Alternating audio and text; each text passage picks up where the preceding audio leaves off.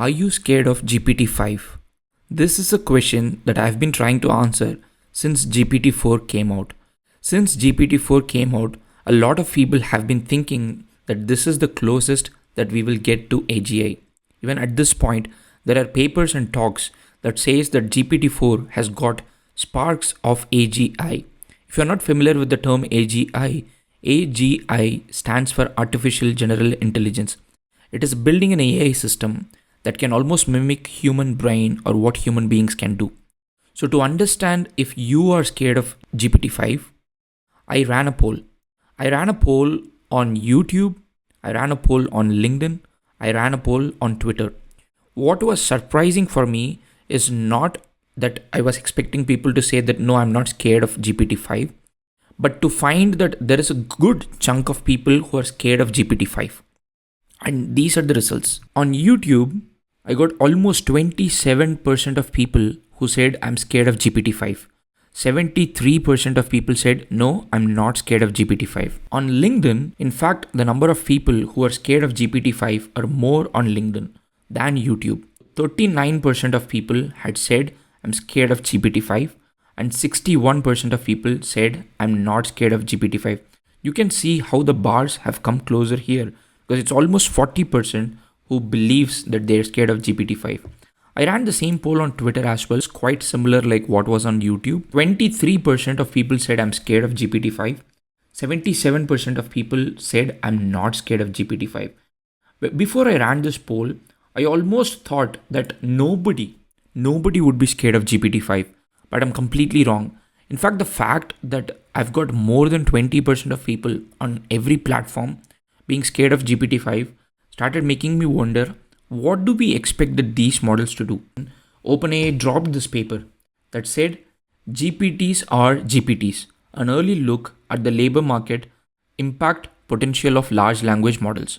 And in that paper, OpenAI said our findings reveal that around 80% of the US workforce could have at least 10% of their work tasks affected by introduction of large language models, while approximately 19% of workers may see at least 50% of their tasks impacted.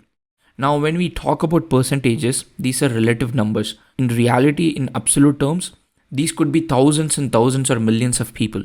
So what it says is that 19% of US workers might see 50% of like half of their tasks impacted by GPT. That made me start thinking why all those people signed those letters in the first place. So there was a letter that was signed including Elon Musk, who said that no new model should be trained, a GPT-5 model should be trained at least for 6 months.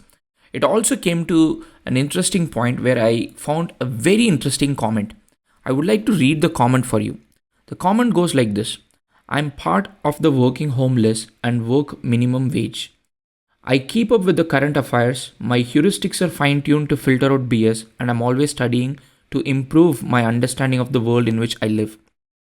I have never worked at a job where a boss knew more about anything than I did.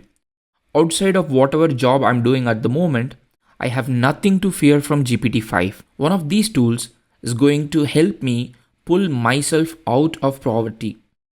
It may be GitHub Pilot X, it may be GPT-5, it may be MS Copilot, it may be some random on GitHub playing with quantized version of GPT, whatever.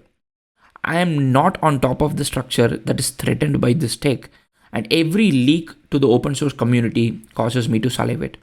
I thought about this comment a lot, and then I realized that whenever we are talking about this large language models and AI becoming slightly more powerful than what it is today, we're talking about two classes of people. So before AI, any automation threatened people who are in blue collar work. Automation would take away jobs who were working in manufacturing. Automation would take away jobs where you had to pack things. But now, for the first time in history probably, automation is going to take away jobs, or AI is going to take away jobs of creative knowledge workers who are not at the bottom of the chart, who are quite at the top of the chart. And that is what making this distinction where some people are actually scared of GPT-5 because they believe it might come for their job, and some people are not scared of GPT-5 because they believe it is going to empower them to compete with whom they could not compete in the past. While this is all their one side, the other group of people are people who are scared of GPT-5, are scared of AI development in itself. They are AI skeptics. Sam Altman recently gave a talk at MIT, and for the question about the latter, Sam Altman said that is silly. Also, when the question was asked about GPT-5, he said they are not going to release GPT-5 not for some time. So that means GPT-5 is not coming anytime soon, and OpenAI does not have any plans to release GPT-5 anytime soon. So overall, my understanding, my learning from this is an AI system is not just purely a technology system anymore. It has a huge impact in the world in terms of economics, social structure, and the hierarchy that we have built. I'm not sure what it's going to happen to these systems, but I can at least already see that AI is going to excite a lot of people who believed that previously they could not compete in this ecosystem.